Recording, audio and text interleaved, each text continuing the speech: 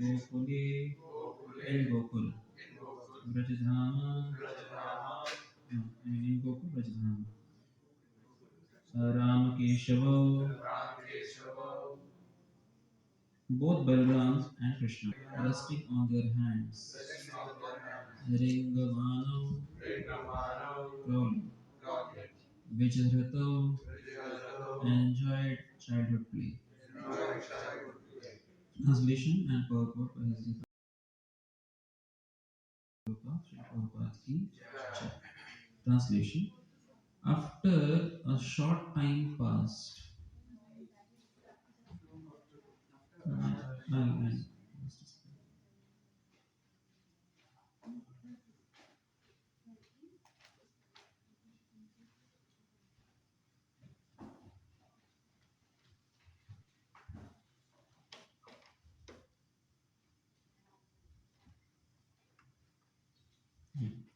so 10:8:21. Okay? Translation. After a short time passed, both brothers Rama and Krishna began to crawl on the ground of Braj with the strength of their hands and knees and thus enjoy their childhood play. Purport. One Brahman devotee says, Shrutim apare Shrutim itare Brahmatam anye bhajantu bhavabhita bhitah aham iha nandanam vande yasya lente param brahma. The Vedas, the Vedic supplementary Puranas, and the Mahabharata, but I shall use no better than hell, Narakayati. But here one can simply think of the crawling of Krishna and Balram in the courtyard of Nanda Maharaj and always merge in the transcendental happiness transcendental happiness. As long as one is absorbed in thoughts of Krishna Lila, especially Krishna's childhood pastimes as Parishit Maharaj desired to be. Chakre Sarpada Samhitam 1:7. Under the instructions of Narada, so that anyone can take advantage of this literature, think of Krishna's pastimes and always be liberated. Shrutim apare shrutim same same what it is again. Shrutim apare shrutiram tare Ramatam anmi bhajato bhava pitah aham iha nandanam vande yasya vide param brahma. Prayers. Om Gyati Nirandasya Jnananjana Shalakaya Chakshamitam Yena Tasmai Shri Gurave Namaha Shri Chaitanya Manobhishtam Sthapitam Yena Bhutale Swayam Rupaha Kadamahyam Tatati Swapradantikam Vandeham Shri Guru Shri Data Padakamalam Shri Guru Vaishnavasya Shri Rupam Sagrajatam Sahagana Raghunatam Vitantam Sajivam Sadvaitam Savadutam Parijana Sahitam Krishna Chaitanya Devam Shri Radha Krishna Padam Sarvamita Shri Vishakamitam Shri Namam Vishnu Padaya Krishna Krishna Bhutale Srimate Bhakti Vedanta Swami Niti Namine Namaste Saraswati Devi Gauravani Pracharani Nirvishesha Shripadi Paschat Deshatani जैसे हे कृष्ण करुणा सिंधु दीन बंधु जगतपते गोपेशा गोपिका कांता राधा कांत नमोस्तुते तप्त कांचन गौरांगी राधे वृंदावनेश्वरी वृषभानुसुते देवी प्रणमामि हरिप्रिय वाञ्छाकल्पतरुभ्यश्च कृपा सिन्धुभ्यो च पतितानां पावनेभ्यो वैष्णवेभ्यो नमो नमः जय श्री कृष्ण चैतन्य प्रभु नित्यानंद श्री अद्वैत गदाधर शिवासादि श्री भक्तवृंद हरे कृष्णा कृष्ण कृष्ण हरे हरे हरे राम राम राम हरे हरे भगवती आचार्य गंगम गायत्री पितृपाद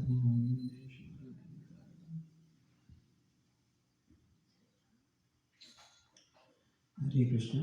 So, welcoming all of you for this morning Bhagavatam discussion, and I seek blessings from Prabhuji before beginning to speak on this 10th canto. It is a very exalted subject matter, and I need all of your blessings and mercy for the same. So today, as we are discussing from this 10th canto, this is like having the concepts of how Sri Krishna is actually um,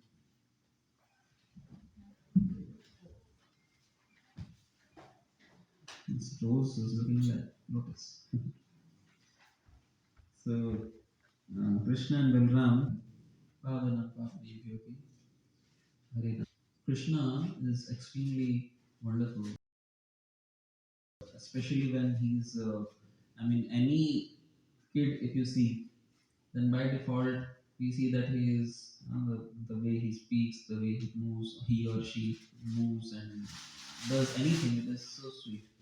And what to speak of that person who is all the more sweet, he's eternally sweet. So that sweet person's sweet pastimes of childhood is mentioned here in this Trinavrata episode, and the Shakatasura episode, and also the name giving ceremony episode. So Krishna's name giving has been done, and when he is about 3 months old, then there is his first time, kind of laying upside down. So that's an event to be celebrated by the ladies, and they're celebrating that event. Um, and that was the time when uh, Krishna happens to kill Shakatasura, and not going to details of that now. And then Krishna is actually, this particular. So what he comes back to this, mm, you know, so because Krishna is now start crawling, so this is about it's a crawling pastimes of Krishna. So uh, when you know here just so here it is explained how Krishna is having his hands and feet, with both of that he is crawling on the dust of Braj, which is which is soaked by the milk and the urine of the cows. And because of that, the mud of Vrindavan is getting all around Krishna's body. So with that, they're looking very beautiful, because whatever ways Krishna is, he's always beautiful. So um, and especially this is Braj Lepa, Braja dust is all the more wonderful. So before going into extraordinary events like killing of Trinavrata, Krishna is Anima, Mahima, Prapti, all the varieties of yogic uh, feats Krishna is exhibiting. But before that, Shukadeva Goswami reveals the sweetness of Krishna's pastimes in Gokul. So, um, because when Krishna is going to kill, so Krishna needs to be angry before killing someone. But no, this will be revealed later. But currently, Krishna is exhibiting his sweet pastimes. Now, in this verse, Balaram is also uh, like addressed as Rama. Why is Balaram addressed as Rama? Because he is enjoying in Gokul. And Krishna is known as Keshava. Krishna is called Keshava. Why Krishna is called Keshava? There are many reasons given. Uh, because number one is he's moving by himself by crawling, and here it is. What is the word used? They don't have any particular way to go, and it seems like they're crawling just like snakes. The next verse talks about that. Rain the Mahan. So when they are crawling, what is happening is Krishna's lotus face is having some curly locks of hair, and because that Kesha is hanging from the head playfully, he is known as Kesha. Or he is also known as Keshav um, um, because he is the controller of Brahma and Shiva. Brahma is addressed as Ka and Isha. Shiva, and Ka, um, Vayate, that's controlling both of them. So, like that, Krishna has told us Keshava, and he's all Keshava. Another meaning of Keshava means he is shining, he is glowing. So when Keshava and Balaram both are crawling, it's visibly very very beautiful event, and this pastime is now for us to um, appreciate this pastime. We can choose to see this pastime from our understanding. Okay, fine, Krishna is a boy, he grew up, he's doing various pastimes, and good enough. Of seeing these pastimes is being a little skeptical about it. Skeptical why the Lord is roaming like this, because even Brahma became skeptical when he saw Krishna doing this kind of pastimes. So this skepticism can creep in into anyone. And it's not that inconceivable pastime to become skeptical. So now in our spiritual life, sometimes what happens is we tend to um, practice spirituality and practice the various processes given us by the sampradaya, by the acharyas. But at times it may so happen that we may also develop certain doubts, certain misconceptions about anything. It may happen with anyone at any point of time, and while we are going into these intimate or deep or some confidential pastimes, we also need to take care that these doubts are no longer creeping in, no longer remaining. And thus, I'll spend some time now to explain a bit about how to deal with the doubts in our process of Krishna consciousness. So now these doubts are not something which is something that will come only when someone is a newcomer. Um, Anyone at any point of time while he is practicing devotional service may face challenges and has to overcome them, the hurdles. One of that which is known as doubts. So, what to do with the doubts? When it comes onto our consciousness, what to do, how to handle. So, one can choose to do, various responses to the doubts. So one of the response to the doubts is, well, I stopped practicing Krishna consciousness until and unless this particular doubt is resolved. I'll I'll leave my bead bag, I'll leave dhoti kurta, I'll leave my tilak, and I will wait. I will wait till the time I get clarity about this subject matter. Until and unless I am having a doubt. So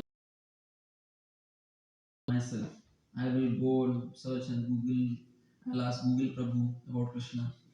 You know, I'll go to a person and I'll ask him.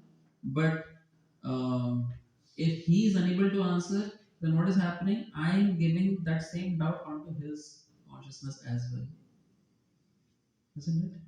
If he is able to reply because of his advancement in Krishna consciousness, then that's good. But if I don't go to the proper person and I figure things out myself, or I go to a person who is something I'm actually, uh, you know, kind of spreading that doubt into that mind as well. That is second option that one may have. Third, I actually go to a senior, a superior, a more advanced person, and I open my heart, reveal my doubt, and seek for clarity. In spite of uh, doing my research, in spite of asking a bona fide authority and trying to understand the proper understanding of that concept, clearing the doubt, he has put all the points that one may need to understand that, so that my doubt is clear. But still, my heart is still not satisfied. What to do? What to do with that kind of doubts? Is it impossible to have such doubts? It is possible. Words. It needs deeper level of realization. So then, what one needs to do is, take that doubt, put it in the car park, and continue with one's conscious endeavors to practice pure devotional service, pray to the Lord, and serve the devotees. And one fine day, something will happen, and doubt will be gone. So this is, various ways one can try to respond to doubts. Now, first way is, we discussed. He says, until and unless the doubt is resolved, I'll not do practice. That is not the best way. Of course not. Because why? Why did I put all the best of the experiences that I have ever got in Krishna consciousness at bay? And I take this doubt, put it in the. Should do in such cases, one should look back unto himself, right? One need not get the testimony from somewhere else. No, see one's own self. That what was I before coming to Krishna consciousness, practicing the process, hearing from the Vaishnavas, connecting to Srila Prabhupada, staying in association of the Vaishnavas. What were my thoughts? What were my aspirations? What were my clarity that I was having in my life? And now what it is? Isn't it? So we need to make that comparison, and then come to this conclusion that yes, is there any transformation that has happened?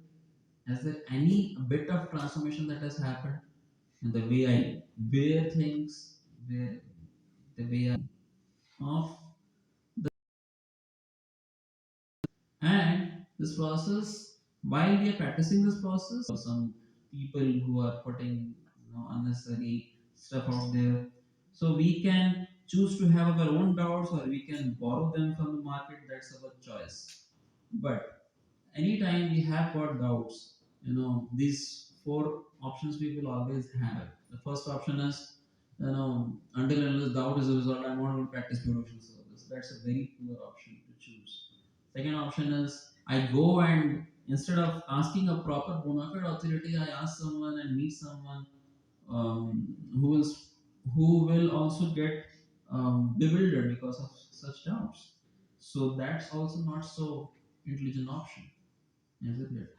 So because we need to understand to whom to open our heart to, where to seek for clarifications from of doubts from, and thus, the third option, which is to go back to Guru Sadhu Shastra. Krishna has mercifully made himself available. That we may have, sadhus are available, coming, going, moving around, and they are advanced than us. And Shastra is always available. When you ask, you'll get the answers. You ask the Shastras, you'll get the answers. You ask whoever, you'll get the answers.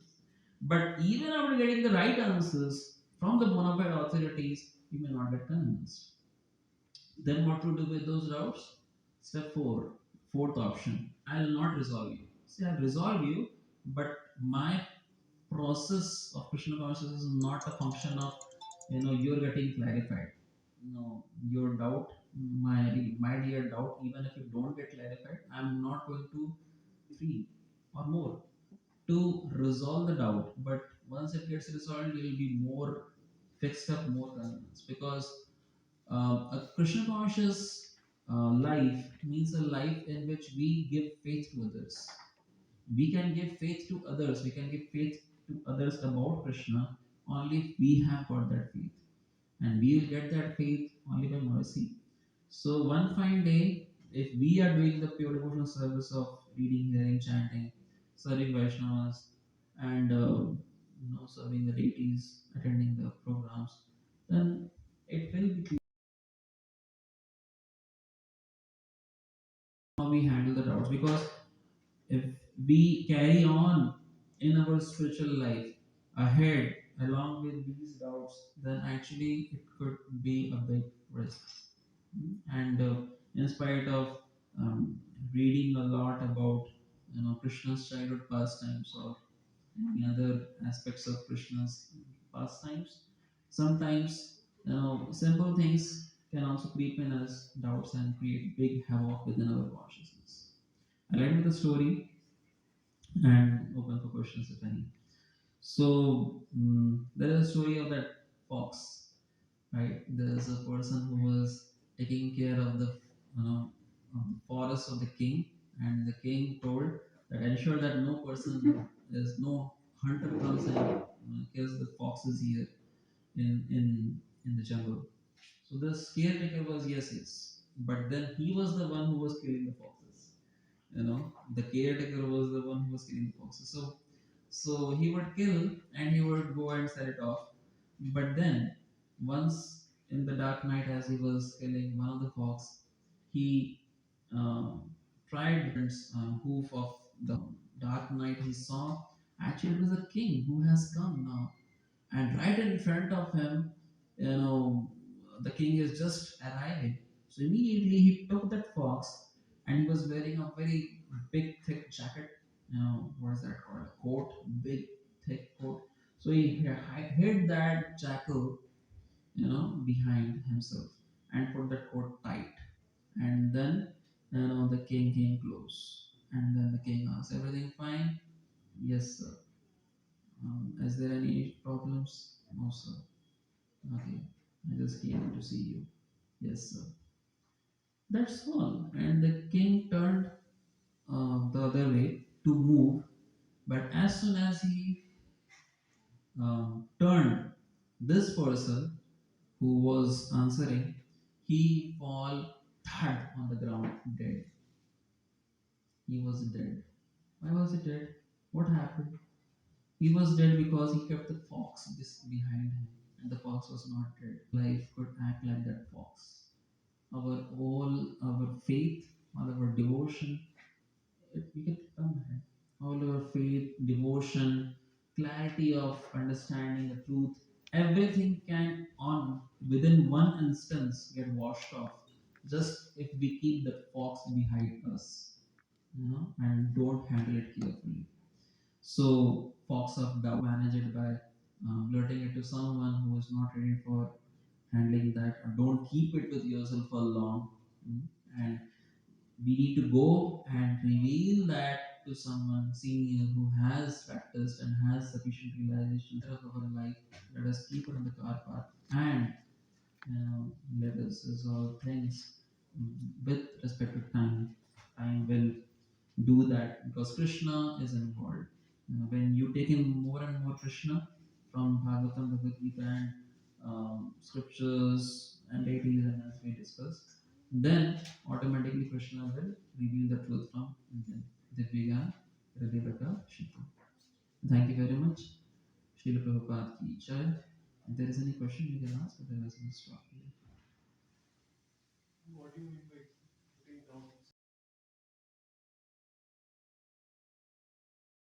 Yeah, so when we are supposed to keep that doubt in the car park and keep it beside, then that we should tell to ourselves that this doubt is not something that should trouble me anymore in my advancement, in my progress.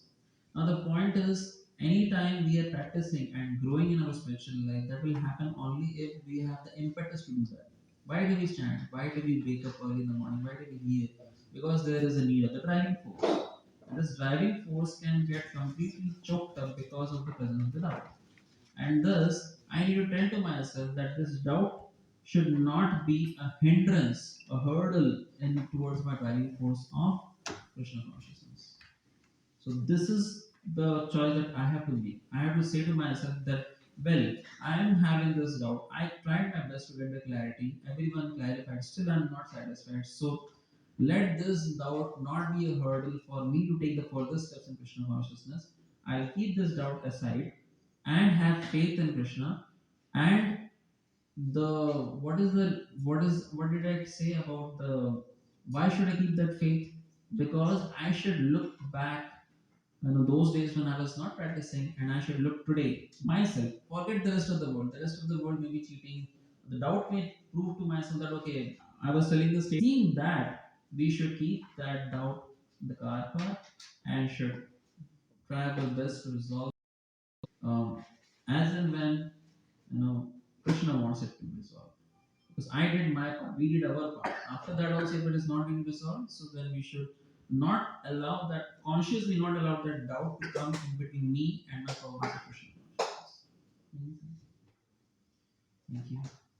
Srila Prabhupada.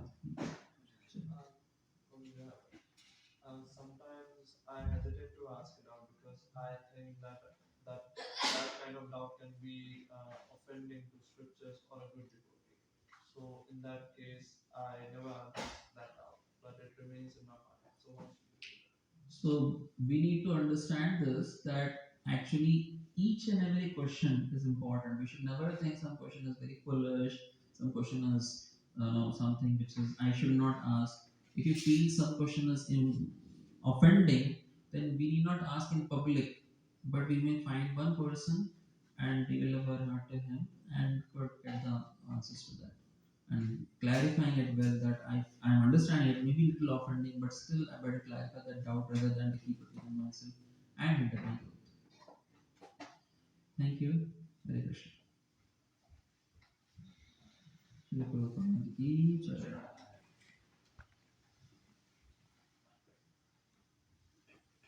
Thank you very much.